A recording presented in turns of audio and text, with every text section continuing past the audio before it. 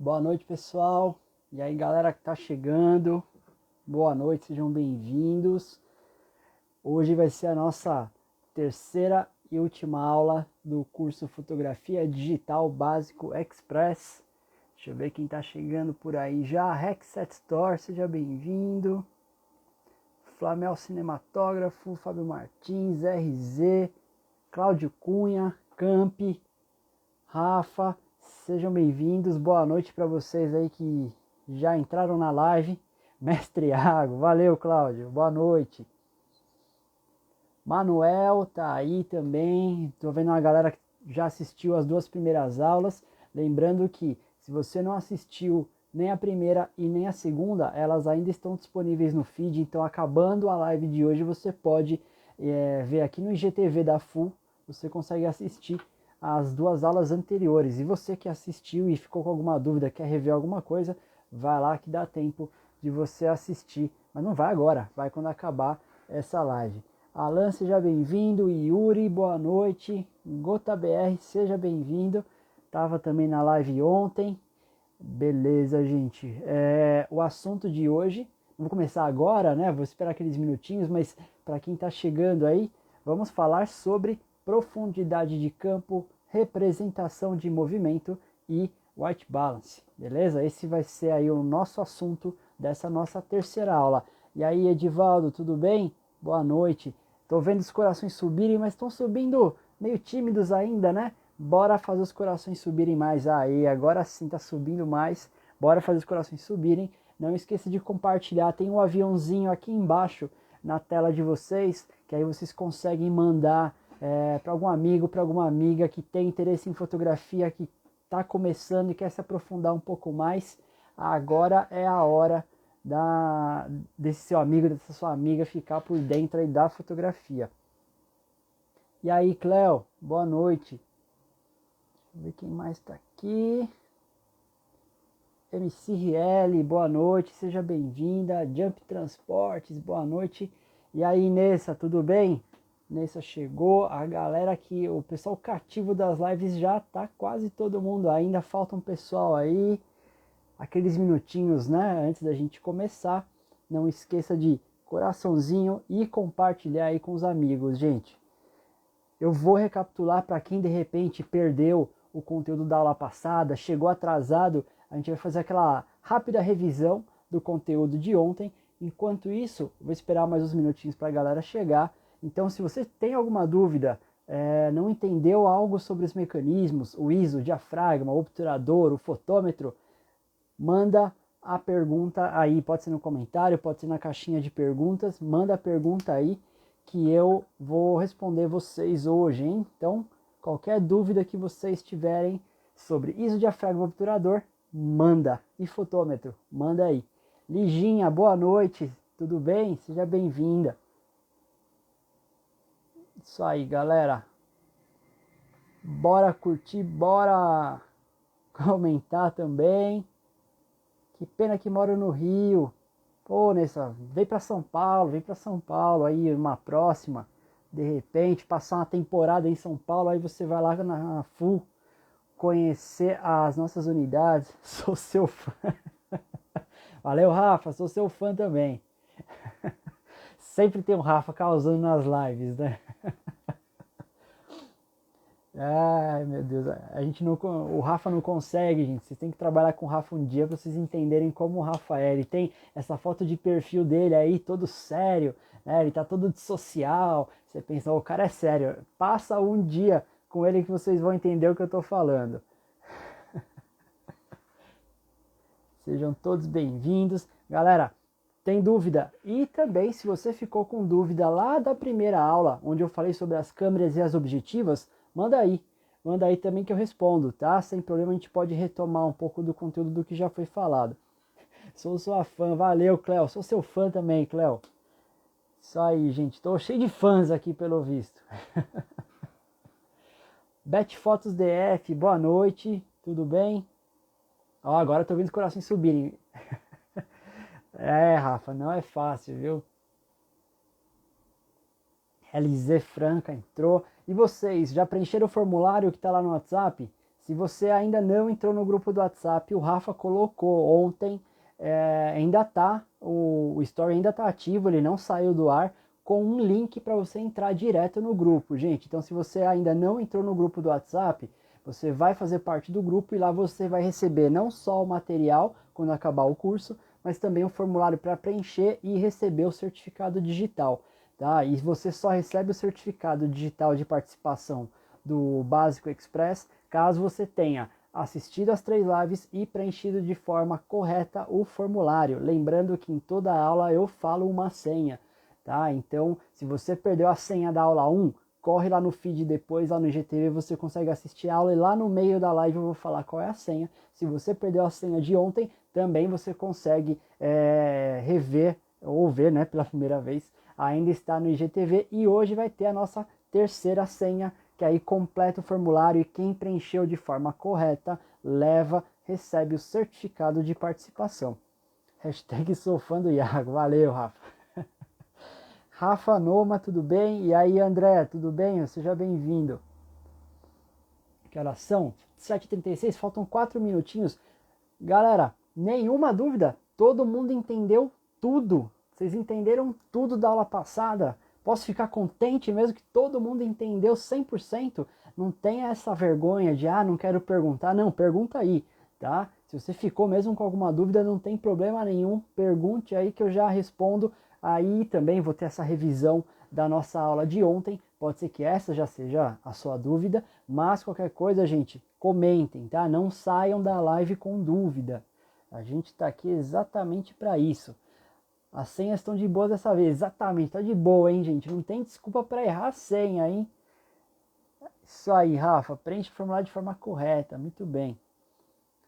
Masculino, underline, modas, underline, TC, não encontrei os formulários. Você já está no grupo do WhatsApp? O grupo do WhatsApp que a gente mandou, deixa eu pegar só o nome deles aqui, são os grupos do lockdown, tá? Galera, de repente, pode ser que você esteja em algum outro grupo, tá? O grupo que nós mandamos, o que o Rafa mandou, o formulário, é o Lockdown Full.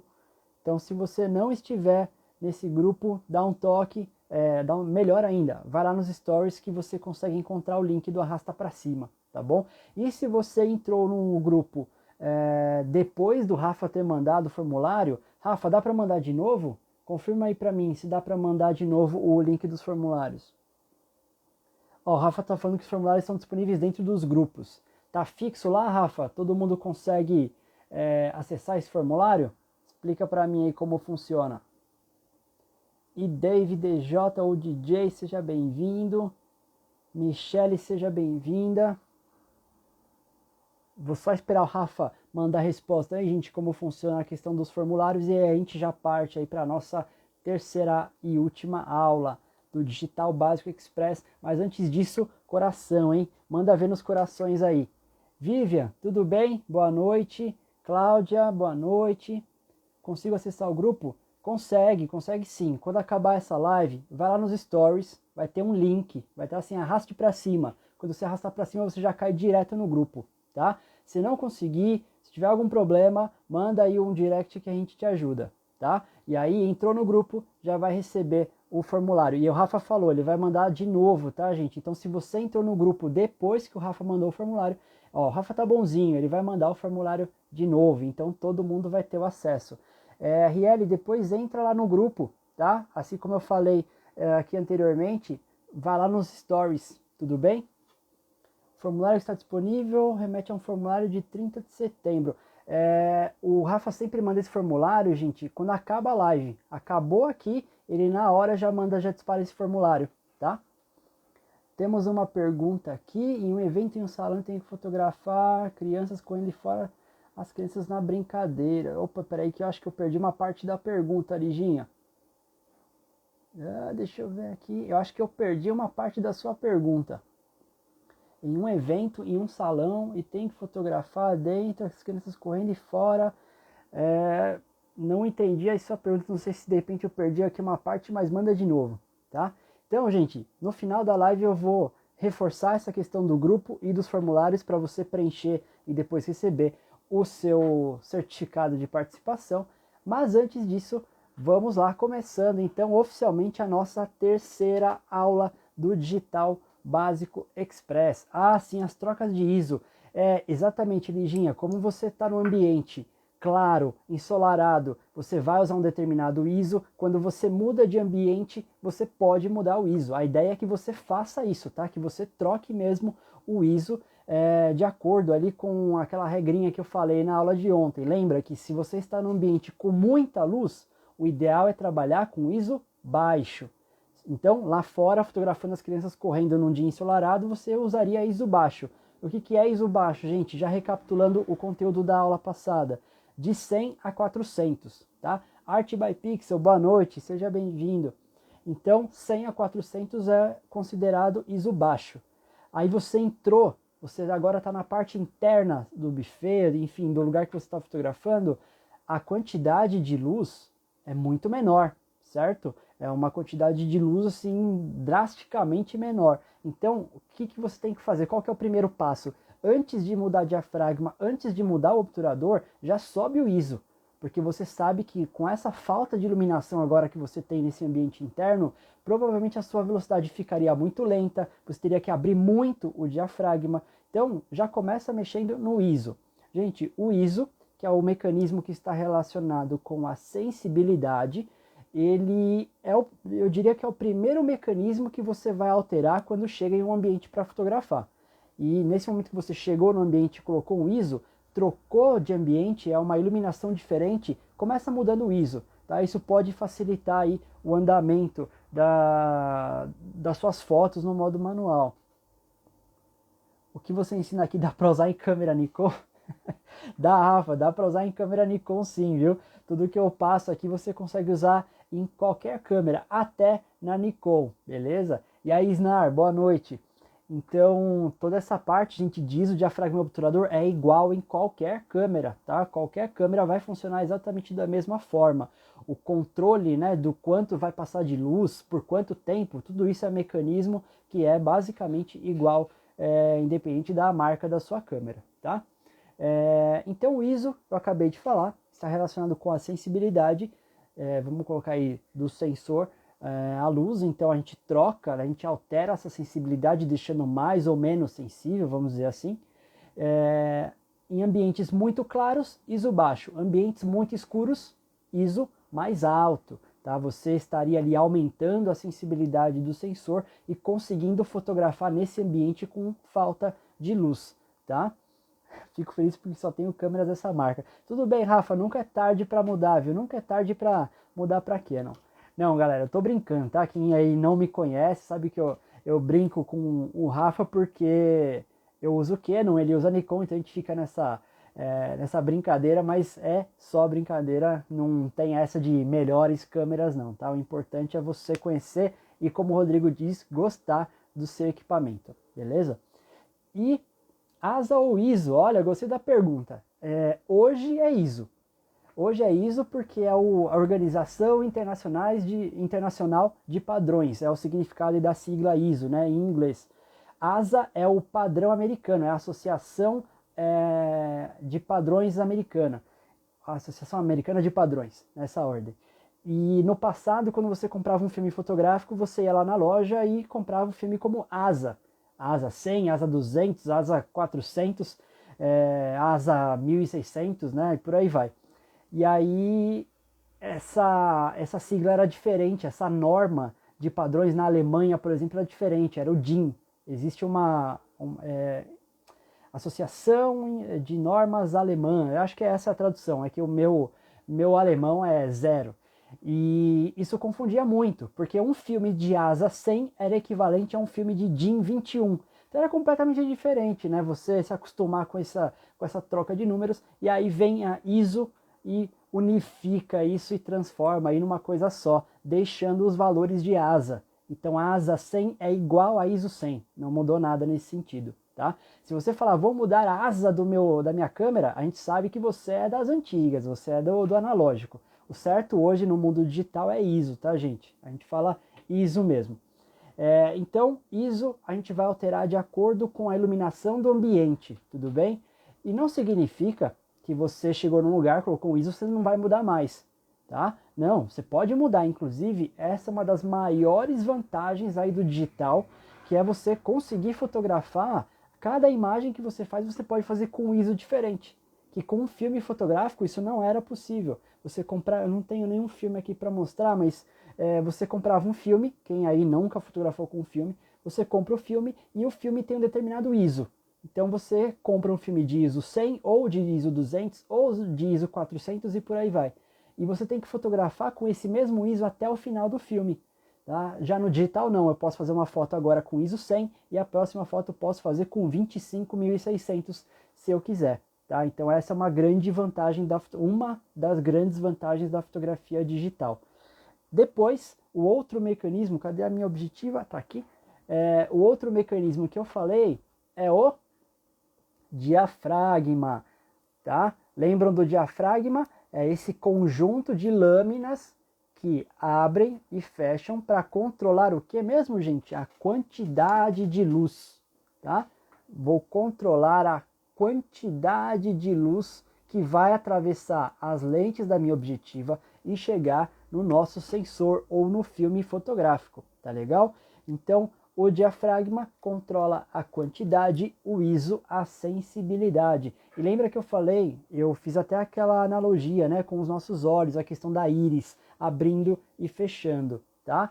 Então, gente, eu tenho aqui um diafragma que nessa posição está em 3.5, abertura 3.5. É a maior abertura desta objetiva. Está passando tudo isso de luz. Vocês conseguem aqui me ver através da objetiva. Desfocado, mas eu estou aqui atrás, tá? Então, nós temos a abertura 3.5. Agora eu vou fechar o diafragma na menor abertura dessa objetiva. Eu vou para quanto, gente? Ó, F, no caso dessa objetiva, 32. Então, eu estava em 3.5, agora eu estou em 32. Então, lembrem, maior o número, menor é a abertura. Menor o número, maior é a abertura. É ao contrário, a gente tem que pensar que, como comentaram aí na aula passada, é proporcionalmente inverso, tá? Então aqui eu tenho 3.5 e aqui eu tenho 32. Então, se eu estou num ambiente com pouca luz, agora vocês vão me responder, hein? Quero ver mais interação hoje. Se eu estou num ambiente com pouca luz, ambiente pode ser à noite, pode ser um ambiente interno com iluminação artificial, eu uso um diafragma, procuro utilizar um diafragma mais aberto ou mais fechado. Comentem aí, ambiente escuro, diafragma mais aberto ou mais fechado? Comentem aí, gente. Lethal Black, boa noite. João Moreira, boa noite, sejam bem-vindos. Galera que está chegando aí agora, essa é a nossa terceira aula do curso Fotografia Digital Básico Express. E aí, Ene, tudo bem? André já respondeu, foi o primeiro, mais aberto, exatamente. Cláudio também complementando aí, mais aberto. Se eu estou no ambiente com pouca luz, então eu tenho que abrir mais o diafragma para que eu consiga captar essa pouca quantidade de luz que eu tenho no ambiente. Aí você vai me perguntar assim, mas sempre? Eu sempre tenho que fazer desse jeito? Não, gente, você pode também trabalhar com diafragma mais fechado em lugares com pouca luz. Você pode trabalhar com diafragmas mais abertos em locais com muita luz também. Acontece que você vai acabar tendo que alterar muito outros mecanismos. Nesse primeiro momento, para quem está começando agora na fotografia, para não confundir a cabeça, lembrem dessa regrinha. Pouca luz, diafragma mais aberto, para passar mais luz. Muita luz, diafragma mais fechado, para passar pouca luz, tá certo? Então a gente vai controlar pelo diafragma também, lembrando que tem o ISO e tem o diafragma. E por fim, o nosso terceiro e último mecanismo que eu comentei na aula passada é o obturador.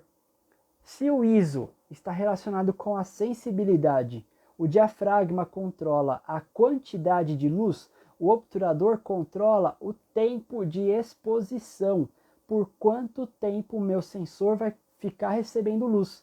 E pode ser uma fração de segundo, como podem ser segundos inteiros.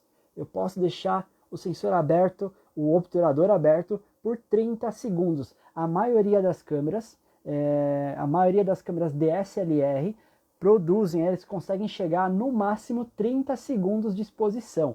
E já vou falar aí de um assunto importante, que quando eu quero passar desses 30 segundos. Se você ficou, mas e aquele recurso? Calma, eu vou chegar nesse recurso.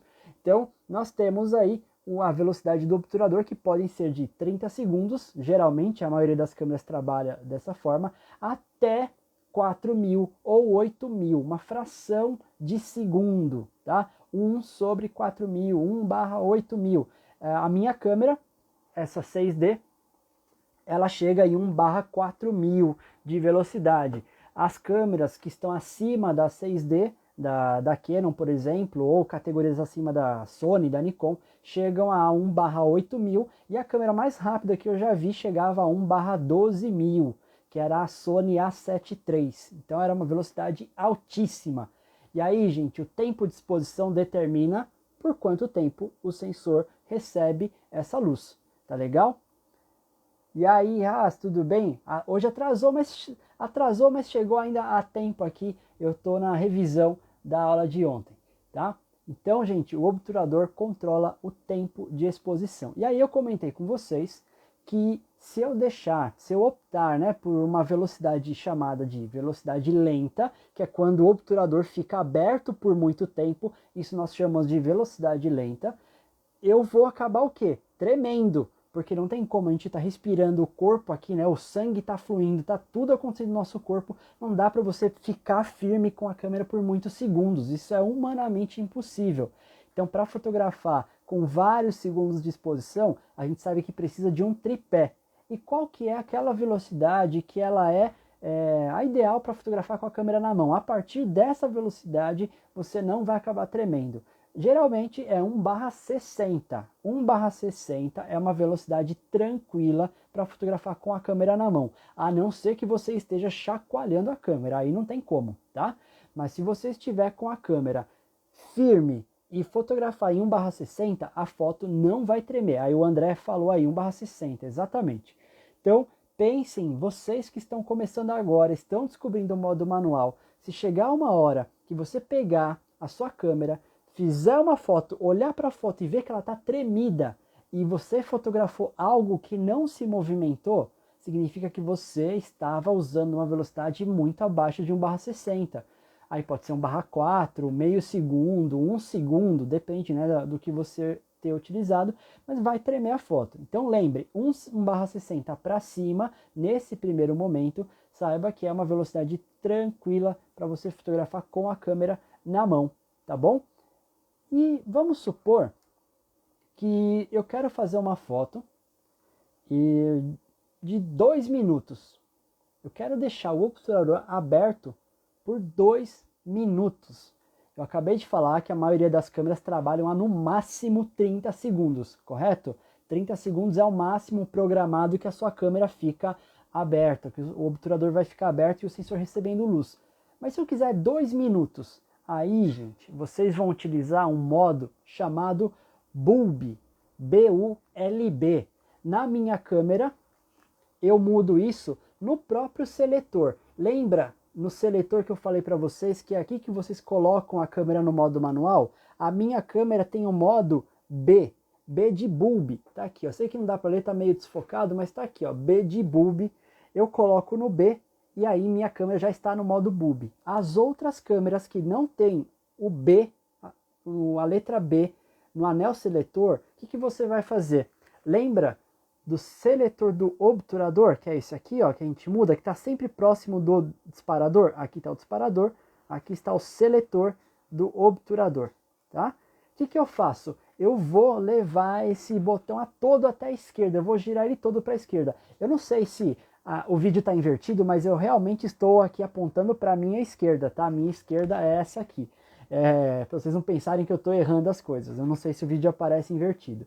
Então eu vou girando tudo para a esquerda, tudo para a esquerda. Vai chegar uma hora, depois dos 30 segundos, vai chegar o bulb, tá? Esse é o modo de exposição, gente, que quem vai controlar o tempo de exposição é você.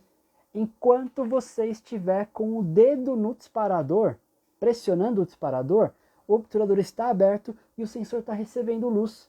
Tá? Então você pode deixar minutos, horas, se a sua bateria aí aguentar. Você vai deixar o obturador aberto pelo tempo que você quiser. Mas é claro que aí você não vai ficar segurando, né? Não tem como. Se você ficar segurando a câmera, pressionando, você vai acabar tremendo e essa foto vai sair tremida.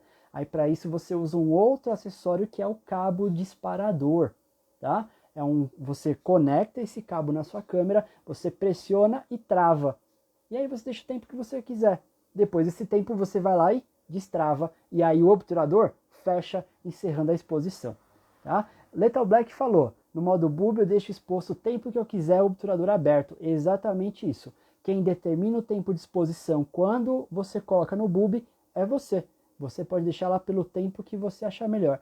Aí vem a pergunta de você aí que está começando a falar, mas em que situação que eu usaria minutos? Por que eu ia querer? É o assunto da aula de hoje. Um dos assuntos da aula de hoje, que eu vou falar sobre a representação do movimento. Então, calma aí que eu já chego nessa parte. E aí, Val, tudo bem? Isaías, beleza? Sejam bem-vindos. Então, eu vou entrar nessa parte depois do boob. Esses foram os 3 mecanismos que eu falei na aula anterior. E usando tudo isso, gente, o ISO, o diafragma e o obturador, eu não adivinho um número para fazer a minha exposição. Eu não coloco qualquer número. Ah, eu sou muito experiente, já sei exatamente qual número colocar. Não, não funciona desse jeito, tá? Você vai consultar o fotômetro. O fotômetro é um aparelho medidor de luz que está presente nas nossas câmeras. Quando eu coloco a câmera no olho, de acordo com a configuração de ISO, diafragma e obturador que eu coloquei aqui, o fotômetro vai indicar. Se está no 0, a câmera fala assim, esse é o ideal, hein? Essa é a configuração ideal para essa cena. Se está no mais, a câmera está dizendo o quê? Olha, essa foto aí, se você fizer desse jeito, vai ficar mais clara do que o ideal, ou seja, super exposta. Se estiver para a esquerda, no menos, significa que a câmera está te dizendo, olha, vai ficar mais escura, hein? Subexposta. Que a Haas é o que ela geralmente faz, ela gosta de foto subexposta, tá? Art by Pix, não existe mais o modo T. Olha, o modo T não tem. Mas eu tenho uma objetiva que é para a minha câmera de grande formato que tem o modo T. E aí é basicamente um bulb, ele vai ficar aberto, né? Você deixa aí o obturador aberto pelo tempo que você quiser e depois trava ele, né? A minha objetiva de grande formato tem sim. Mas não, nessas câmeras modernas já não conheço nenhuma DSLR que tenha mais o modo T, tá? Então o fotômetro a gente sempre vai consultar, gente. Você vai colocar a câmera no olho e aí você não pode, se eu quero fotografar o que está aqui na minha frente, eu não posso pegar minha câmera, apontar ela para baixo e fotometrar embaixo. Não, eu tenho que fazer isso com a câmera no olho, apontando para onde eu quero fotografar. Porque se eu apontar para baixo, a quantidade de luz que está refletindo aqui de baixo é diferente da quantidade de luz que está refletindo aqui de frente. Então eu tenho que manter a câmera na cena que eu quero fotografar e a partir daí eu trabalho com os mecanismos que eu vou ajustar no modo manual da minha câmera. Tudo bem, gente? Essa foi uma revisão rápida do que foi falado. Se você quiser ver isso com mais calma, assiste o vídeo depois que acabar essa live. Ainda está disponível aqui no IGTV da FUN, no Instagram. Então você ainda pode consultar, beleza? Gente, tudo bem? Todo mundo entendeu? Posso seguir aí para o conteúdo dessa nossa aula de hoje? Comentem aí para eu saber se está tudo certo. Enquanto isso, deixa eu tomar uma água aqui.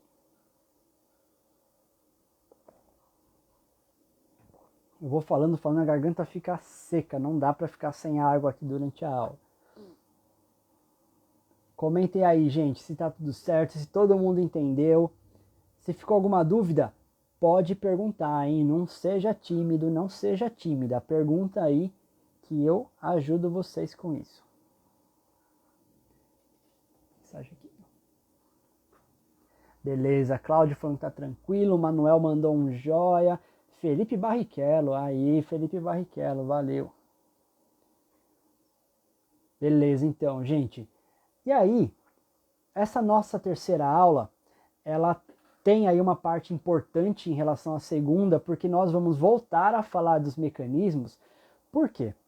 Você chegou num lugar, você pegou sua câmera, você colocou um ISO, que você imagina que seja o ideal para aquela condição de luz. Essa água aí é colorada. Não, Rafa, é água mesmo, hein? Mas poderia, viu? Gostaria. Aí eu ficaria aqui com um copo que não fosse transparente, né, para disfarçar. Gostaria que fosse uma Colorado agora. Até perdi o rumo aqui. Você falou de Colorado e minha cabeça já foi para outro lugar agora. Mecanismo, sim. Aí você chegou num lugar e aí você colocou um ISO que você considera que é o ideal para aquela situação de luz.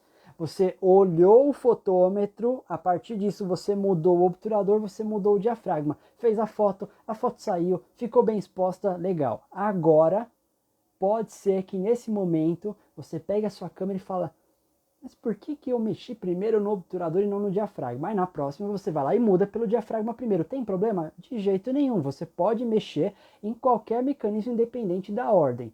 Mas existe aí a razão do qual você vai pensar em qual mecanismo tem que alterar primeiro, que está relacionado com uma escolha estética. É uma escolha estética da imagem, como você quer que essa sua foto seja, essa sua imagem seja representada. Como assim? Vamos pensar do seguinte: eu quero fazer um retrato e eu quero o fundo desfocado. Essa é uma escolha estética.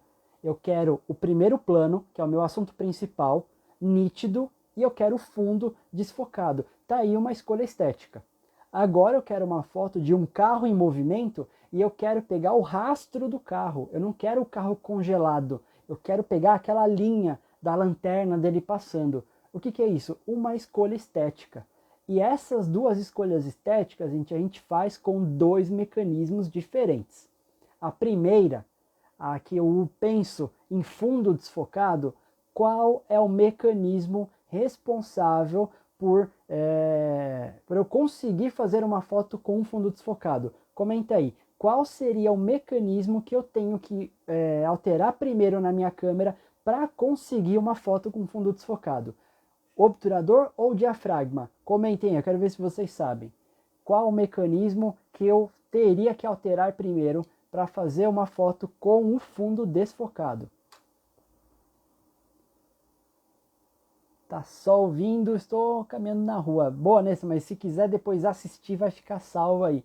Vivian já respondeu, Lethal Black já respondeu, muito bem. Diafragma, gente, os dois responderam primeiro. É exatamente o diafragma que está relacionado com a chamada profundidade de campo. E é a profundidade de campo que vai me dar esse efeito de desfoque. E eu posso ter muita profundidade de campo, aí eu não tenho muito desfoque, ou eu posso ter pouca profundidade de campo, aí eu tenho muito mais desfoque. E como eu controlo isso? E, mais importante, o que é a profundidade de campo? Eu falei ontem que a fotografia ela é pura física, matemática, química, enfim, é de exatas, né? Não tem como fugir disso. Então a gente sempre tem que ter algumas explicações um pouco mais complexas nesse momento. Gente, o foco a gente só consegue fazer em um único ponto da cena. Tá? Isso quem está dizendo não sou eu, quem está dizendo isso é a física. Acreditem na física, acreditem aí na física ótica, gente. Foco só é possível fazer em um único ponto. Acontece que os nossos olhos, por uma limitação, não conseguem visualizar esse lugar focado tão cravado.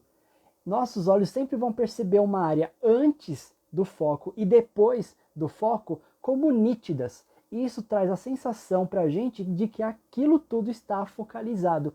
Essa área que eu vejo em foco na cena, na minha foto, é a profundidade de campo. Então, gente, profundidade de campo é a área que nós vemos em foco na imagem. E aí eu posso ter pouca profundidade de campo ou muita profundidade de campo. Eu posso ter um primeiro plano nítido e o fundo completamente desfocado, como eu posso ter um primeiro plano nítido e o fundo nítido também. Eu não posso falar que está tudo em foco, porque o foco só é possível fazer em uma única distância. E essa limitação dos nossos olhos vão fazer com que essa área se expanda. Ela pode ser muito maior, pode ser muito extensa, e aí eu tenho muita profundidade de campo, ou ela pode ser muito curta, e aí eu tenho pouca profundidade de campo. É a famosa foto com fundo desfocado. Uma foto com fundo desfocado é uma foto com pouca profundidade de campo. Uma foto de uma paisagem, das montanhas, tudo nítido, é uma foto com muita profundidade de campo. Tá? Deixa eu ver aqui que vocês estão respondendo. Fotografia também pode ser uma roleta russa quando você tem uma câmera na mão e não sabe o que fazer com ela. Você fica girando aleatoriamente e dispara para ver no que dá, né? Não é esse o ideal. O ideal é você usar o modo manual de forma consciente, sabendo o que você está fazendo. Ou seja, foto focada em todos os planos, só nos celulares. Não é focado, tá? Aí, Lethal Black, é o que eu falei, não é que tudo está focalizado. Tudo está dentro da profundidade de campo. Porque foco mesmo só é possível fazer em um único ponto aí da imagem, da cena, tá legal? Gente, voltando, profundidade de campo é a área que nós vemos em foco na imagem. Eu posso ter muita profundidade de campo, desde o primeiro plano até o fundo, que está a 30 metros de distância nítidos, como eu posso ter pouquíssima profundidade de campo quando eu tenho um assunto em primeiro plano nítido, focalizado, e o fundo desfocado. E o que vai controlar isso, gente? Aqui, ó, o diafragma. O diafragma é o mecanismo responsável por controlar a profundidade de campo. Tudo bem? Entenderam o que o diafragma vai fazer nessa situação? Quando que eu escolho o primeiro diafragma? Quando eu priorizar profundidade de campo. Então, se você quer fazer uma foto com fundo desfocado, você tem que determinar o diafragma primeiro. Depois você mexe no obturador, tá? E aí vem aí uma outra explicação que pode confundir um pouco vocês, mas na prática ela é mais fácil, garanto, tá? Lembra que menor o número, maior a abertura. Maior o número, menor a abertura, correto? Até aí é aquela explicação que é um pouco, né, ao contrário, mas vocês já pegaram. Na profundidade de campo, como é o diafragma que vai controlar isso, a gente tem que pensar o seguinte: quanto maior a abertura, não é o número, tá? Quanto maior a abertura do diafragma, menor é a profundidade de campo. De novo, quanto maior a abertura, menor a profundidade de campo. Então, para eu conseguir fazer uma foto com o fundo desfocado, eu teria que deixar o meu diafragma mais aberto, na sua maior abertura de preferência. Quanto maior a abertura, menor a profundidade de campo, ou seja, eu teria uma cena com um fundo muito desfocado, trabalhando com uma abertura como essa, tá? No caso aqui é uma 3.5. Deixa eu ver aqui.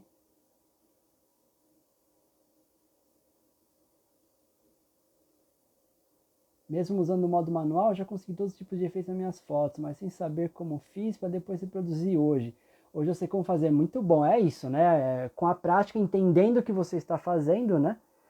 Muito bem. Então, quanto maior a abertura, menor a profundidade de campo, beleza? Não, quanto mais aberto, mais desfoque tem. É isso, quanto maior a abertura, menor a profundidade de campo. Ou seja, a área que você vê em foco é menor, você tem mais desfoque. É isso aí. Acho que você confundiu na hora da explicação, tá? Mas o desfoque podemos obter com F fechado, deixando o modelo... Ah, sim, acho que você respondeu, Gabriel, você respondeu aqui o Lethal Black, né? Mas o desfoque podemos obter com F fechado, deixando o modelo longe do fundo. Mais ou menos isso aí, Lethal Black, mais ou menos, tá? Eu vou chegar nessa parte também da distância de focalização. No primeiro momento, quanto maior a abertura, mais desfoque você teria, tá legal? Então, gente, entre 3.5 e 32, eu usaria 3.5 se eu quiser desfocar o fundo, beleza? Então eu usaria 3.5, que é a maior abertura dessa objetiva. Agora, vamos supor que você está numa cena de paisagem, não tem nada próximo de você, é um campo aberto, o assunto mais próximo aí de você está a 5 km de distância, é uma montanha que você mal vê lá embaixo no horizonte. Vamos supor que você está usando 2.8, abertura considerável, uma abertura bem ampla. Você vai ter pouca profundidade de campo nessa foto? Não.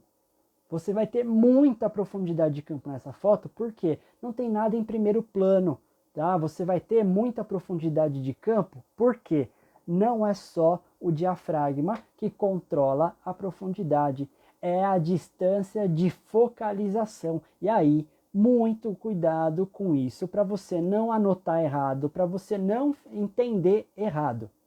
Distância focal é uma coisa, distância de focalização é outra, completamente diferente.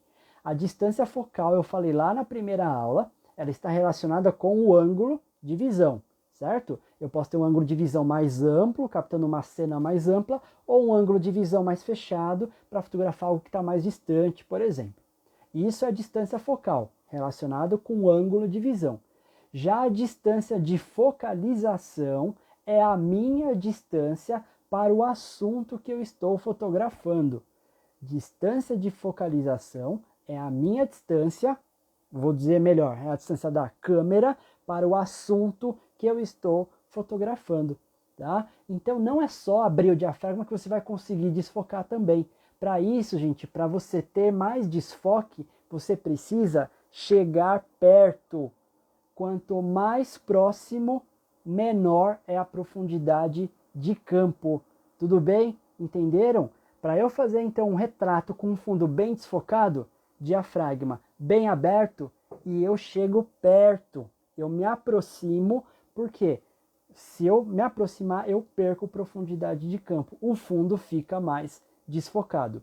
Agora, se eu me afastar, mesmo usando uma abertura maior, eu vou ganhar profundidade de campo, porque são esses dois fatores que controlam a profundidade. Tudo bem, gente? Todo mundo entendeu? Tudo certo até aí? Comenta aí para ver se está tudo certo. Se alguém se perdeu e quer que eu repita alguma coisa, pode falar. Eu repito sem problema nenhum. Vamos ver se está tudo certo aí. Esse é um conceito um pouco mais difícil no início, mas na prática você vê muito bem como... Você vê, é visual, né? Tá lá na foto, você vê que com o diafragma muito aberto você tem mais desfoque, quando você fecha o diafragma você não tem tanto desfoque, tá? Pode repetir uma última vez? Repito, vamos lá. Profundidade de campo é controlada por dois fatores. Diafragma. Quanto maior a abertura, menor é a profundidade de campo, ou seja, mais desfoque eu tenho na cena. Quanto mais fechado o diafragma, eu tenho mais profundidade de campo, tá? Eu ganho profundidade de campo fechando o diafragma. Mas não é só pelo diafragma, é também pela distância de focalização. Quanto mais próximo do assunto, menor é a profundidade de campo. Quanto mais distante do assunto, maior é a profundidade de campo. Ou seja, se eu quiser ter uma foto com um fundo bem desfocado, diafragma mais aberto e chegando perto. Combinando esses dois fatores, gente, você vai ter a foto lá com um fundo bem desfocado, tá? Professor, não entendi aquela parte desde a primeira aula, porra. Tudo não dá, hein? Tudo não dá. Aí seria uma live inteira só para revisão. Mas você, se perdeu a aula 1 e a aula 2, corre lá no feed depois que acabar essa live que você consegue pegar todo o conteúdo. Então, Rafa, você que não entendeu a primeira parte, volta lá no feed depois, que aí você consegue assistir tudo de novo, tá bom? Gota BR, tudo bem? Entendeu a explicação? Entendeu quais são os dois fatores que alteram a profundidade de campo? Comenta aí para eu saber que está tudo certo. O que seria, né, um diafragma considerado muito aberto, uma abertura muito ampla? Geralmente, pessoal, 2.8, tá? 2.8 é uma abertura legal para você desfocar bastante o fundo, tá? E aí tem as objetivas que são 1.8, 1.4, tem diafragma 2 também. Lembra que quanto menor o número, maior a abertura, tá? Beleza, show. Então, gente, se você quer fazer a foto com fundo desfocado, essa é uma escolha estética, então você tem que determinar primeiro o diafragma, tá? Então, eu pego a minha câmera, eu vou colocar um valor de ISO X, vou colocar 1600, e aí eu vou fazer o quê? Eu vou abrir bem o diafragma. No caso dessa minha objetiva, a maior abertura dela é 2.8. Eu coloco 2.8 e aí eu vou apontar para o assunto. Qual o mecanismo que falta? O obturador. Então eu vou zerar o meu fotômetro pelo obturador. Ah, e qual a velocidade? Não sei, o fotômetro vai me dizer.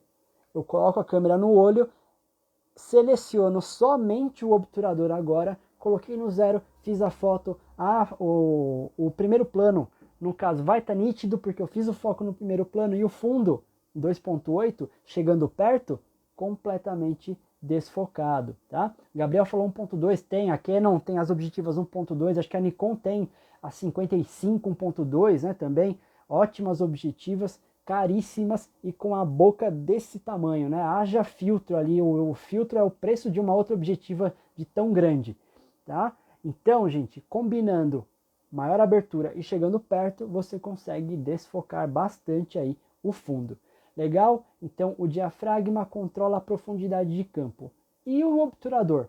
O que ele vai alterar na estética da imagem? Você sabe? Comenta aí. 0,95 até, inclusive a Zeiss tem a 0,7, né? A 0,7, se eu não me engano, foi a objetiva com a maior abertura de diafragma já comercializada. Não sei se teve alguma mais do que isso, mas é uma objetiva mais rara de achar. A 0,95, que é a 50, né? A Canon tem, a Leica tem. A Canon de vez em quando acha aí aparece uma ou outra no Mercado Livre por 12, 14 mil reais, geralmente consegue encontrar. Eu já tive a oportunidade de segurar uma câmera, foi uma Leica M4 com uma 50mm 0,95, mas era uma 50 da Canon. Era monstruosa, era um negócio assim absurdo, de enorme, de estranha, pesada, mas era, olha, eu teria. Movimento ou congelamento. Cláudio, vou melhorar ainda aí sua resposta. O Lethal Black também respondeu o movimento. O obturador, gente, ele vai controlar na questão estética da imagem a representação do movimento, tá? É a representação do movimento. Quanto mais próxima a câmera estiver do objeto, menor será a profundidade de campo. Isso, Felipe. Quanto mais próximo você estiver, menor é a profundidade de campo, tá? É isso aí. Ou seja, maior o desfoque. Então, a representação de movimento, eu posso escolher por uma estética de movimento congelado. O que é o movimento congelado? Você fotografou um jogador de futebol chutando a bola. No momento do chute, você fotografou com uma velocidade alta, a perna dele aparece congelada. O movimento todo do jogador de futebol aparece congelado. Tá totalmente nítido ali na imagem. Isso é quando a gente utiliza o quê? Uma velocidade alta. Lembra que eu falei de 1/60, que é uma velocidade tranquila para você fotografar com a câmera na mão? Então, a partir desse momento, vamos considerar como de 1/60 para cima, 125, 250, 500 e por aí vai, a gente vai chamar de velocidade alta. E tudo que for de 1/60 para baixo, 1/30, 1/15, 1/8, 1/4, meio segundo, 1 segundo e por aí vai, velocidade baixa ou velocidade lenta, tá legal? Então, para fazer a foto do jogador de futebol congelado, chutando a bola, seria então com uma velocidade alta, acima de 1/60. A quanto? Depende da sua distância para ele também, depende de uma série de fatores. Mas pensem que velocidade alta é tudo acima de 1/60. E aí, se eu quero a foto com o rastro, ou vou usar esse mesmo exemplo, agora eu quero a perna do jogador em movimento, eu quero pegar o rastro da perna dele chutando essa bola. Eu teria que usar o quê? Uma velocidade mais baixa, então eu usaria abaixo de 1/60. Então, com o obturador eu posso escolher entre um assunto congelado ou com rastro do movimento. Aí, se você quer fazer uma foto dessa, você quer pensar primeiro em movimento, representação do movimento, qual mecanismo você altera primeiro? O obturador. Você define primeiro a velocidade do obturador e depois você zera o fotômetro pelo diafragma, tá? Inverte aí o que eu expliquei anteriormente. Então, para eu decidir o que eu vou usar como base, depois compensar outro ponto, depende da foto que eu vou fazer. Exatamente. Depende do que você quer fotografar, como você quer representar esse assunto que você vai fotografar. Nesse caso que eu falei de algo em movimento, você tem duas escolhas. Ou congelar o movimento, ou o rastro do movimento. Se eu quero congelar, Você usa uma velocidade alta. O que seria uma velocidade alta? A cortina do obturador abre e fecha muito rápido, passando luz por pouco tempo. Agora, se eu quero o rastro do movimento, quero que fique aquele borrado, aí eu uso uma velocidade lenta. Por quê? Eu disparei, o obturador abriu, o assunto passou, o obturador continuou aberto, depois ele fechou. Isso que a gente chama de velocidade baixa vai captar o rastro do movimento, tá? Então essas seriam as duas escolhas que você tem aí na questão de representar ou não o movimento, tá? Escolha primeiro o obturador e depois você vai mexer no diafragma e no ISO se precisar também, tá? Panning. O panning, só vou fazer uma correçãozinha, é com A, é PA, tá? É Art by Pixel. O panning é um efeito legal, galera, depois vocês podem pesquisar no Google, P-A-N-N-I-N-G, panning, é um efeito que você usa uma velocidade relativamente baixa, mas você também acompanha o assunto com a câmera, dá um outro efeito, tá? É um pouco mais complexo isso, já é um passo um pouco além aí de só pegar a câmera e fotografar com a câmera parada, mas gera aí um resultado bem interessante, tá? E a parada do Bubi, vou chegar na parada do Bubi, Armando José, vou falar dele agora. Pensando numa foto que você vai fotografar uma cachoeira, e você viu um monte de referência na internet de a água da cachoeira, ela estava bem turva, ela não estava transparente, né? Você olhava para a água, ela estava meio leitosa. Isso, gente, é o chamado efeito véu de noiva. O efeito véu de noiva na fotografia é o quê? É a foto da água em movimento quando você utiliza uma velocidade de obturador bem lenta, quando o seu obturador fica aberto por muito tempo. E isso dá o efeito do chamado véu de noiva, tá? E aí, qual é o ideal? Você pode pegar a sua câmera e colocar nos 30 segundos, ela tem que estar num tripé, tá? Ah, tem a pedra ali da cachoeira. Não é legal, tá? Você está arriscando o seu equipamento. O ideal é que você tenha um tripé. O tripé faz parte do equipamento do fotógrafo. Você colocou a câmera no tripé, colocou 30 segundos, você fez a foto. Dá para obter o efeito de véu da noiva com 30 segundos? Dá. Só que quanto maior o tempo de exposição, mais tempo você deixar o obturador aberto, mais ainda a impressão de movimento da água, mais turva ela fica. Então, geralmente, é mais interessante fazer uma velocidade além de 30 segundos. Você deixa um tempo de exposição além de 30 segundos para conseguir um efeito de véu da noiva assim incrível nas suas fotos, não só na cachoeira mesmo, na queda d'água, como ali na área onde a água cai, porque a água vai continuar passando e a câmera vai estar lá expondo por vários minutos e tudo vai ficar, a água vai ficar turva e aí as pedras, as árvores que não se movimentaram nesse momento vão ficar nítidas, então isso dá uma sensação ali de movimento impressionante, tá? Panning em velocidade baixa e movimento da câmera acompanhando o objeto em movimento. Simples assim, Rafa, simples assim, na teoria, né? Na prática você tem que praticar mesmo, tem que fazer bastante aí para conseguir acertar o panning de primeira, de primeira não, né? Numa primeira tentativa de panning. Então, gente, para fazer uma foto de longuíssima exposição, você vai além dos 30 segundos que a sua câmera permite fazer. Você coloca no modo bulb, que tem em todas as DSLRs, mas não tem nas super zooms, na maioria das super zooms não tem, e tem nas mirrorless, tá? Nas mirrorless tem o modo bulb. E aí você, como eu falei, não vai ficar lá com o dedo no disparador por todo esse tempo. Se você determinou que vai deixar 5, 10 minutos, 15 minutos de exposição, você não vai ficar lá com o dedo pressionando o botão. Não, você vai comprar, ou melhor, você já tem que ter comprado um cabo disparador. Você conecta ele na câmera, aperta e trava. E aí você vai deixar pelo tempo que você achar melhor. Se você fez o cálculo de 5 minutos, depois de 5 minutos você vai lá e destrava. Então quer dizer que o seu obturador ficou aberto por 5 minutos, captando toda aquela água, o sensor captando toda a água que ficou caindo dessa queda, e você vai ter na sua imagem o efeito de véu de noiva. Tá? É aí que entra o bulb nessa história da longa exposição, para obter um efeito de longa exposição, uma longuíssima exposição. Acho que não tem escapatória, vou ter que comprar um tripé e o cartão cinza.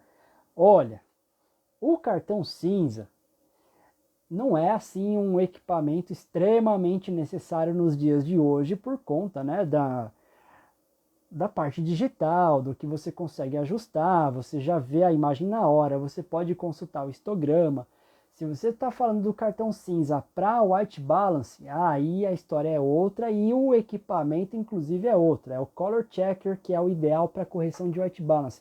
Então, Ras, foca no tripé, e o tripé é um equipamento indispensável aí para o fotógrafo. Gente, vocês entenderam então a teoria de como fazer a foto da cachoeira?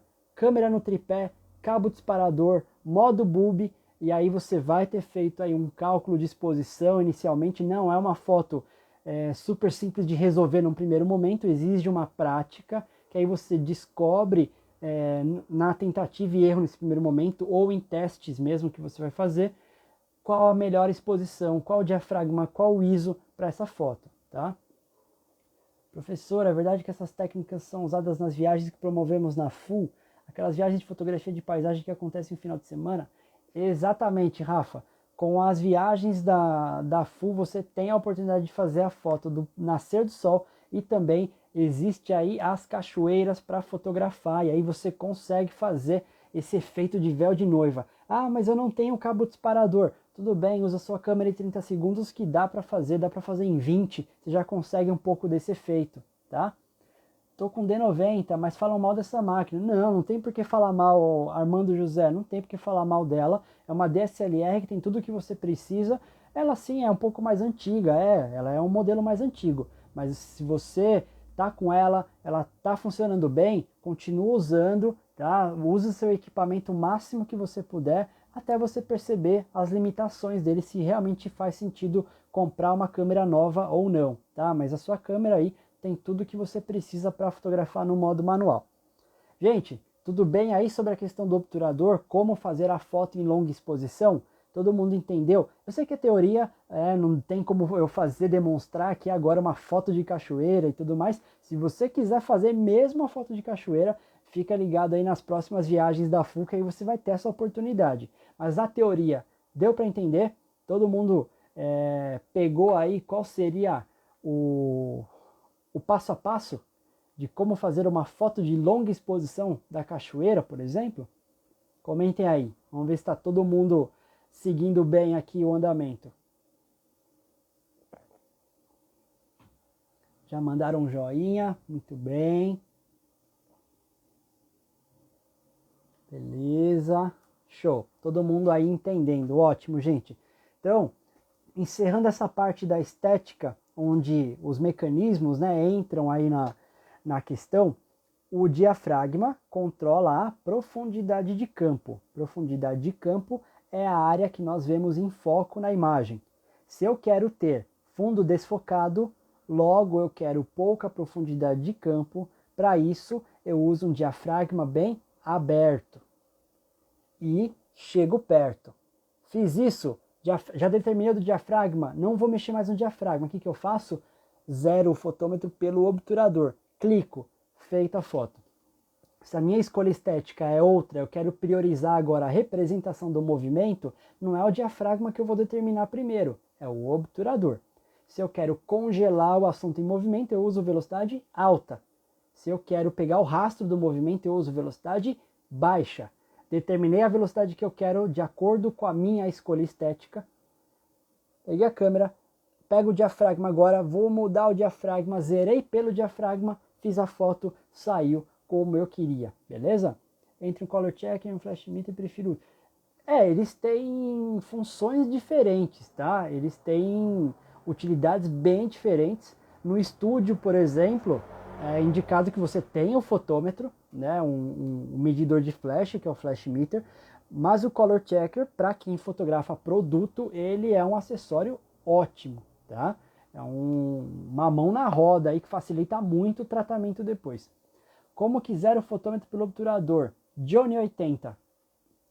Pegou a câmera, selecionou um determinado ISO, selecionou um determinado diafragma, você vai girar o obturador e aí você vai vendo o fotômetro te indicando se está no mais, se está no menos, até você posicionar no 0, tá? Não tem segredo. Câmera no olho, vai girando o obturador até você ver que está no meio, tá? Show, gente! Então, na parte da escolha estética, temos a representação do movimento e a profundidade de campo. Agora, vamos falar sobre aquele que é também um mecanismo da câmera, que muitas pessoas acabam deixando ele meio de lado, porque é um mecanismo que não controla a exposição.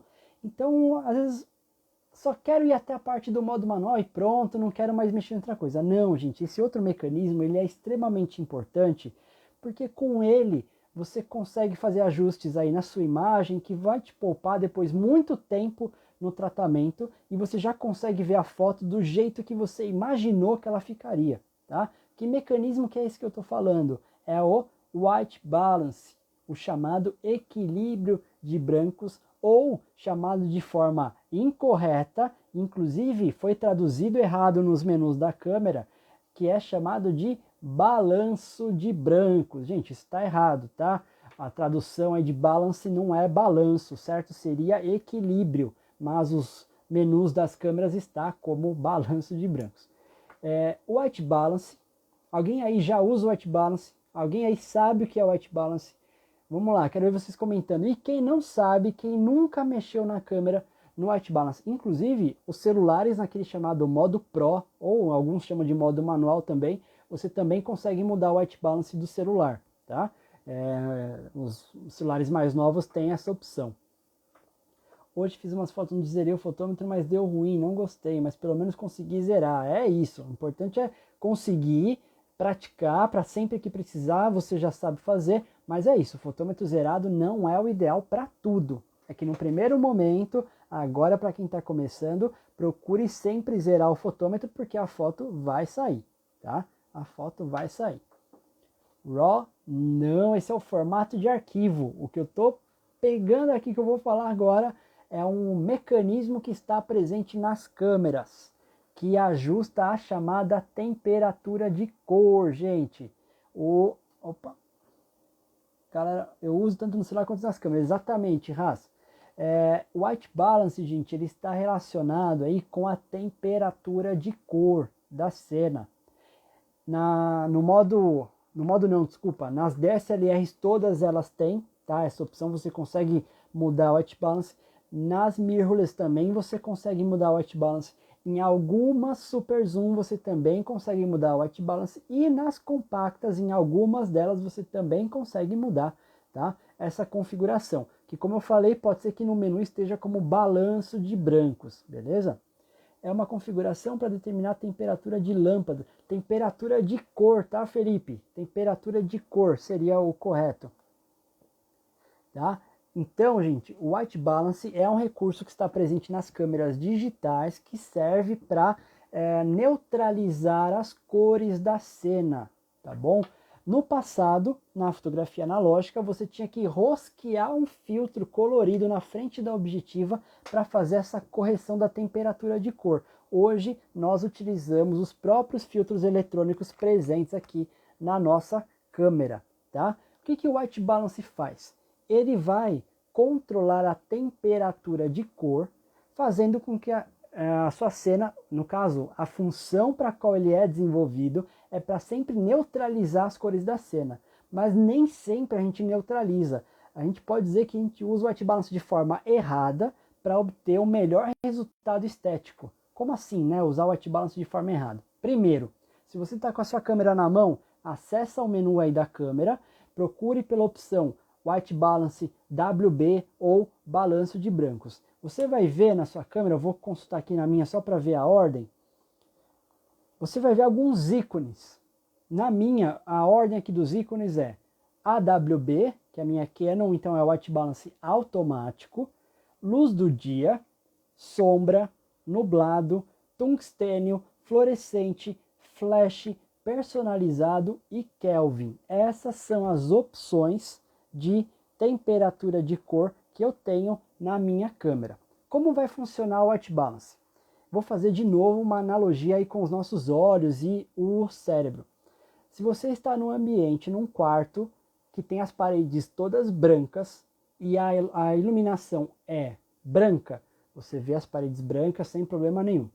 Você trocou a iluminação desse quarto, você colocou uma lâmpada amarelada, ela tem uma luz meio amarela. Você olha para as paredes, você entende que a temperatura de cor muda um pouco, mas você ainda continua entendendo que a parede é branca. A câmera não consegue enxergar dessa forma. Se você fotografar esse mesmo ambiente, a sua parede vai sair amarela, não amarela gritante, mas ela vai sair amarelada. Aí é que entra o white balance, equilíbrio de brancos. Ele vai fazer a correção desse amarelo para que a sua parede seja registrada de branco, neutro, tá? A luz branca, ela é o padrão para nós seres humanos porque é a cor da luz do sol, tá? A cor da luz do sol, ela é branca. Ah, não é amarela no pôr do sol? Acontece que no pôr do sol e no nascer do sol, o sol está numa altura em relação ao horizonte e os raios de luz que chegam para a gente são só os raios amarelos, vermelhos e laranjas, tá? Isso por conta da atmosfera e por aí vai. Com as lâmpadas LED isso foi para o escada.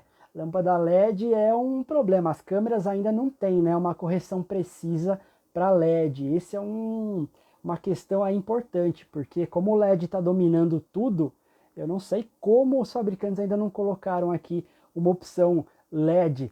E assim, até entendo não ter a opção LED ainda, é porque existem muitas cores diferentes de LED, né? Mas pelo menos para o LED branco frio e LED branco quente deveria ter alguma correção, tá? Então, se você está no ambiente com essa luz amarelada e você quer manter aí o neutro, você usa uma configuração de white balance para quebrar com esse amarelo, para que a sua parede branca seja representada branca. Mas eu também posso deixar essa parede amarelada ainda mais amarelada. Eu posso acentuar. É o que eu falei de usar o white balance de uma forma errada, tá? Mas pensando no resultado estético para a sua imagem também. Se eu quiser deixar essa foto com uma cara de mais quente, eu teria que usar um white balance errado. Vamos pensar em uma parte prática então agora. Como é que vai funcionar o white balance e como ele foi pensado, como ele foi desenvolvido. Tudo acontece lá no século XIX, quando um cara chamado William Thomson, que depois recebeu o título de Sir na Inglaterra, e ele foi rebatizado como Lord Kelvin, não me perguntem o porquê, ele chamava William Thomson, ele foi rebatizado como Lord Kelvin. Ele vai fazer um experimento que não tem nenhuma relação com a fotografia, tá, gente? A gente está falando de uma época pré-fotografia ainda, onde ele pega um bloco de carbono, que é preto, completamente preto, e põe para esquentar. Conforme esse bloco vai esquentando, qual é a primeira cor que ele vai adquirir? Vermelho. Tá? Quando o bloco chegou a 1000 graus Celsius, o bloco estava vermelho. E ele fez as anotações. Conforme a temperatura foi aumentando, o bloco foi do vermelho para o laranja, do laranja para o amarelo, para o branco, para o azul, quando atingiu a temperatura máxima.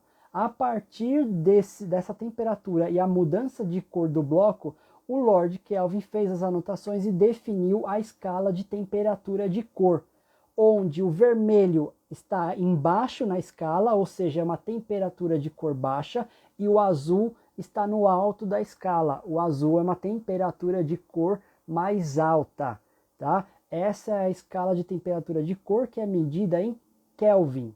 Tá aí, Lord Kelvin, ele batizou a escala com o nome dele, tá? Então, a escala de temperatura de cor é medida em Kelvin. É errado falar graus Kelvin. Você não fala 1000 graus Kelvin, você fala 1000 Kelvin, tá? É isso. E beleza, o que isso tem a ver com a fotografia? Até onde a gente usa isso na fotografia?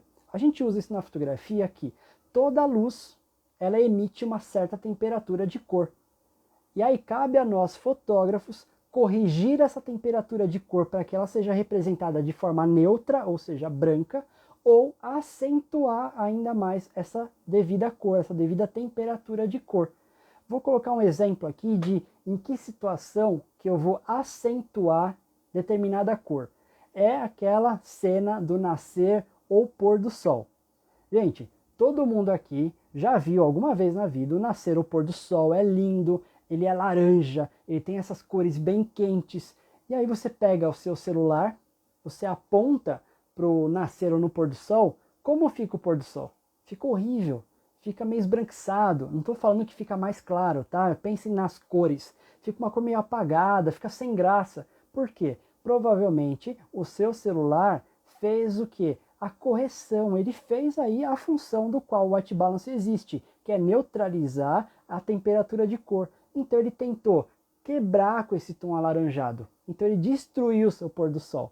Agora eu, numa situação que eu estou com uma câmera que me permite o ajuste de modos, do modo manual e do white balance, eu não vou deixar o meu pôr do sol neutro. Eu quero acentuar o laranja.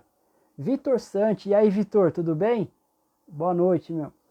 Eu quero acentuar o laranja do pôr do sol. Dentro aqui das minhas opções, gente, eu não tenho aqui o white balance pôr do sol. Não vai ter essa opção, tá? O que eu tenho que fazer? Eu tenho que usar, vamos lá, você que está com a sua câmera, veja as opções que tem aí. Eu tenho que usar o white balance com a maior temperatura de cor que eu tenho na minha câmera, tá? Vamos lá, para acentuar a cor do pôr ou nascer do sol, eu tenho que utilizar a maior temperatura de cor que eu tenho na minha câmera. Na minha câmera, a maior temperatura de cor que eu tenho é o white balance sombra. Não dá para ler aí, né? Mas está na faixa de 7000K. Lembra que eu falei da escala de temperatura de cor? Vermelho, 1000K, está embaixo. Azul, 10.000K, está lá em cima. 7000K está na faixa do azul. Aí você vai falar, pô, mas espera aí. Eu vou fazer uma foto do pôr do sol. Eu quero deixar o pôr do sol mais laranja, mais alaranjado, as cores mais quentes. Por que eu vou colocar no white balance que diz que é para luz azul? Por que, né, meu? Por que eu vou fazer isso? Aí, gente, lembra que eu falei que a gente vai utilizar um white balance errado para deixar a foto com uma estética mais interessante de acordo com o que a gente pretende fazer? É por isso, porque quando você coloca na sua câmera o white balance sombra, você está dizendo para a câmera que você está numa condição de sombra. E sombra é uma luz azul.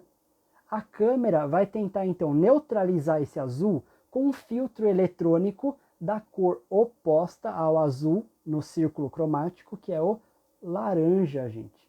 Tá? Então eu tenho a cor oposta ao azul, que é um filtro de forma eletrônica. Se eu tivesse que rosquear um filtro nesse momento, eu rosquearia um filtro laranja mesmo, mas a câmera faz isso de forma eletrônica. E quando eu fotografar o meu pôr do sol, a luz laranja somada com o filtro eletrônico laranja vai resultar o quê? Numa foto com pôr do sol ainda mais intenso, com laranja do pôr do sol ainda mais intenso, tá?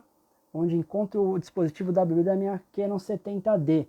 A sua Canon 70D, você vai acessar o menu, você vai provavelmente na terceira opção do menuzinho vermelho, e aí vai estar a opção BAL, B-A-L, ponto, é balanço, né? Brancos, BAL brancos, balanço de brancos. O correto é o white balance ou equilíbrio de brancos, tá? Mas vai estar como BAL brancos. Tudo bem, gente? Tudo bem até aqui?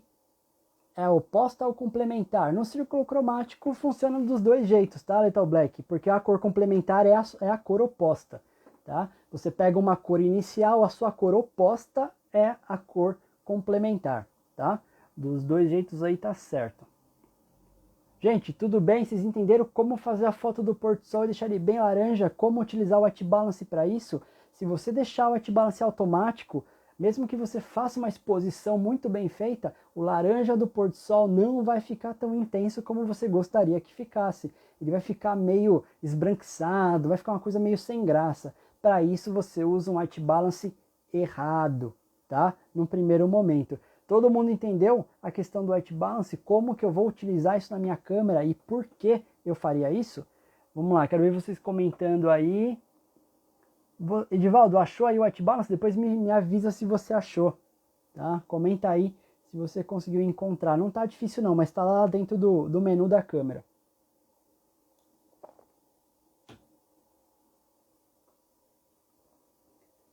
Cadê, galera? Comentários. Vamos lá, quero ver se todo mundo entendeu aqui. Riele, legal, entendeu, muito bem. Manuel mandou um joia, beleza. Gente, se você pegar as outras configurações de white balance, se você quer neutralizar as cores e manter neutro, que é o branco, você vai fazer o quê? Se você está num dia ensolarado, você vai usar luz do dia. Tá aqui, opção solzinho. Se você está fotografando na sombra e o assunto também está na sombra, você usa sombra. Vai neutralizar nesse caso, tá? Não vai deixar laranja. Se você está na sombra e usa o white balance sombra, neutralizou as cores da imagem, neutralizou a temperatura de cor.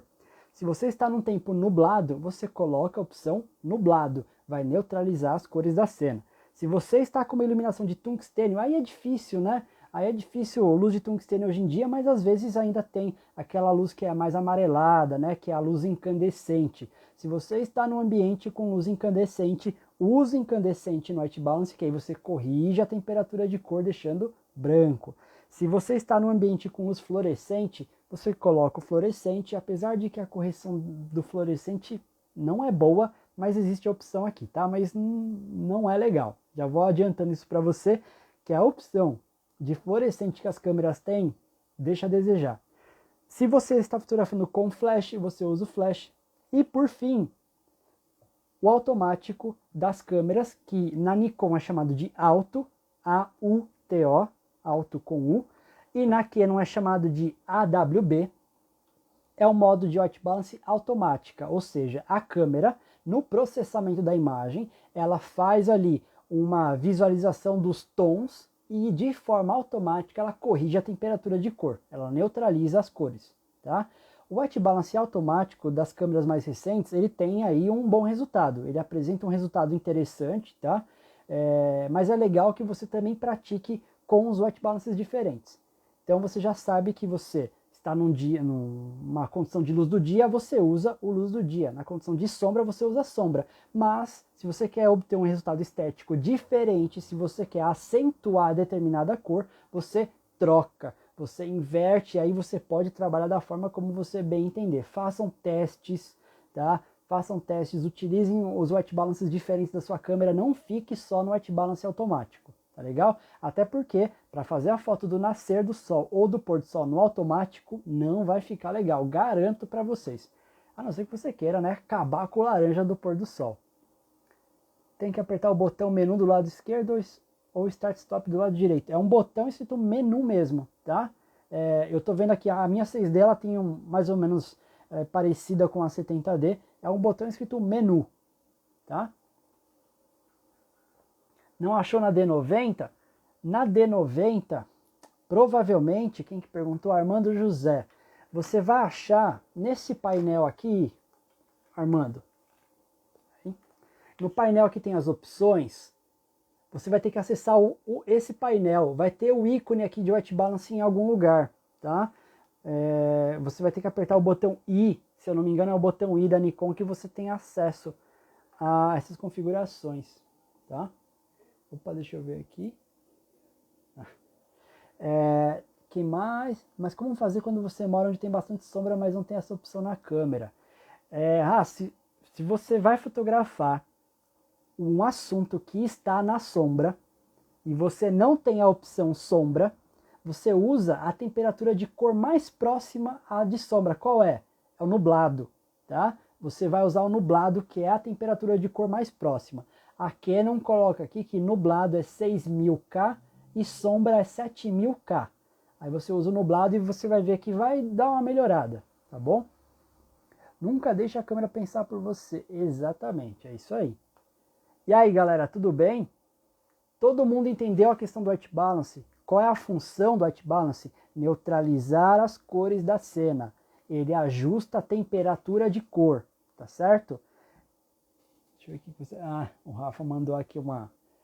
Tem que fazer o print, né, Rafa? É a hora do print agora?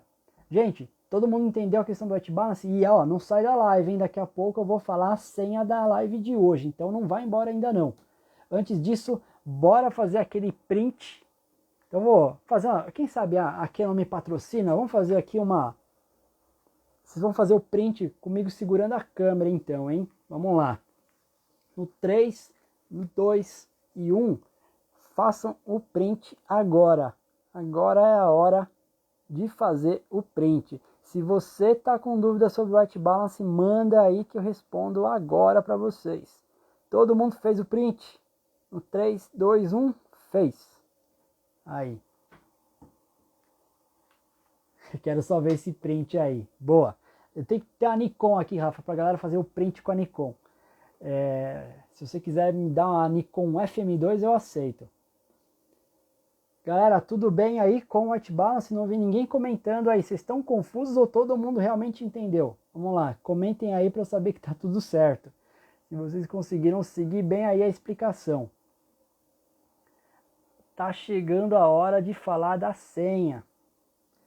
Milena, vai ficar salva a live? Acabei pedindo no começo. Vai, Milena, mas não vai ficar por muito tempo, hein?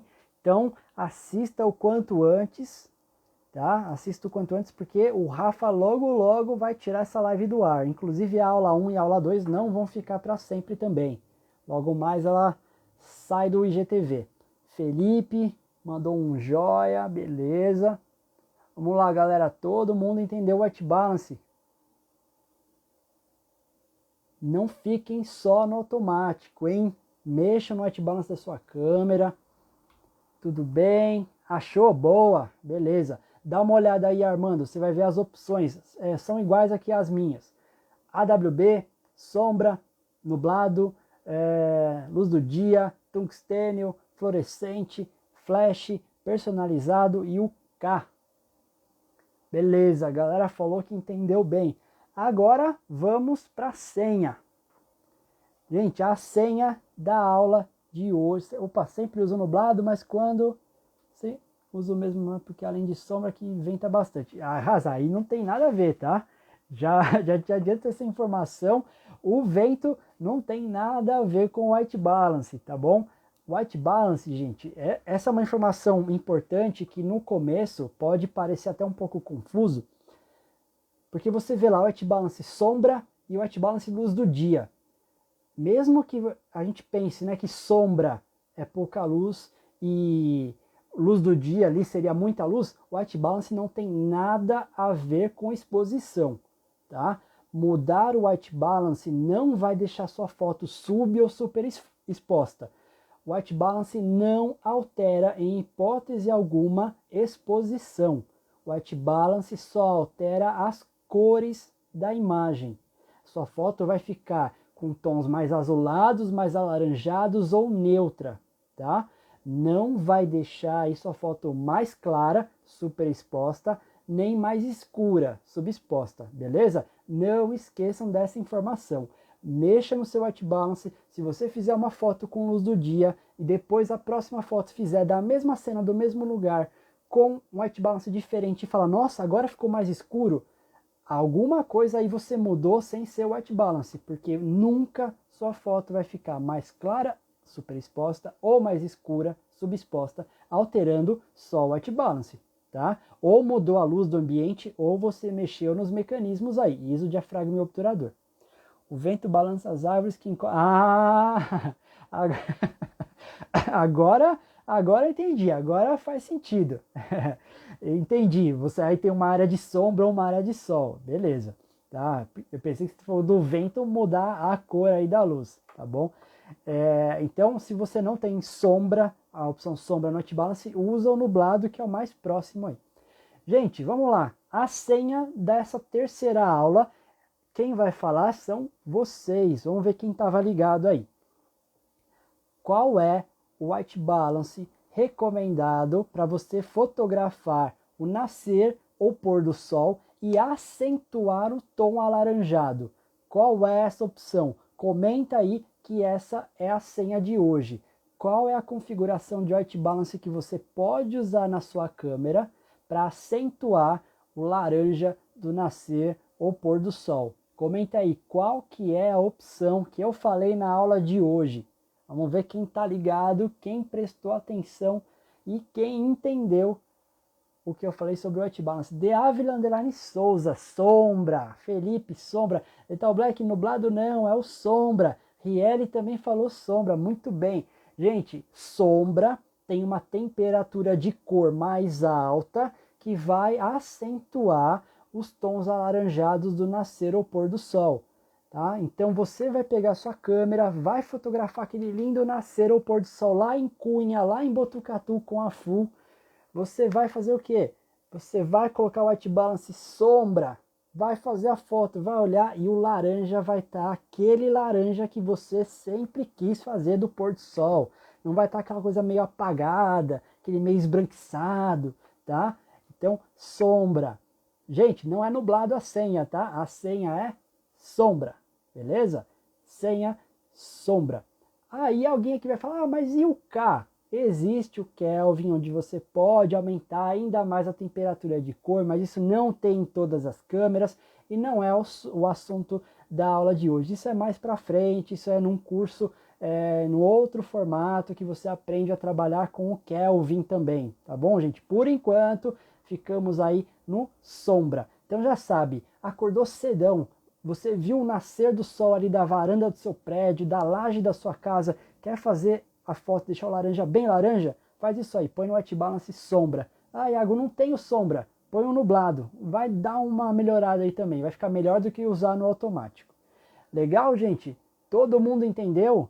Ficou clara a explicação? A Alê está chegando agora, Alê, no final da aula. E aí, Alê, boa noite, tudo bem?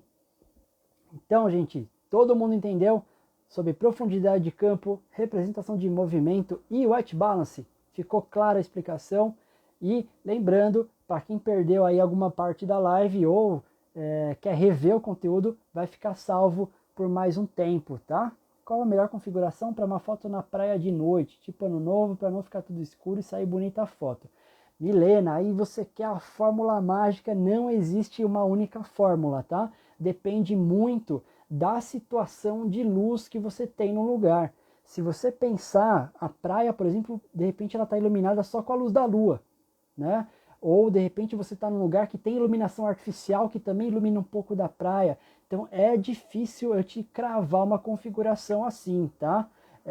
Não, só mesmo estando no local com a câmera lá e consultando o fotômetro, tá bom? Não tem número exato para cada situação. Você tem que pegar realmente a câmera, modo manual e consultar o seu fotômetro, tá bom? Valeu. Vivian, boa noite. Legal você ter participado das nossas 3 aulas. Então, gente, agora, Marcela também está chegando agora. Vocês estão chegando no finalzinho da live, só para dar mesmo boa noite, né? Se vocês não têm mais nenhuma dúvida, fico por aqui. Foi muito legal. Essa é a minha segunda turma do Digital Básico Express, mas o curso já está na 4ª edição.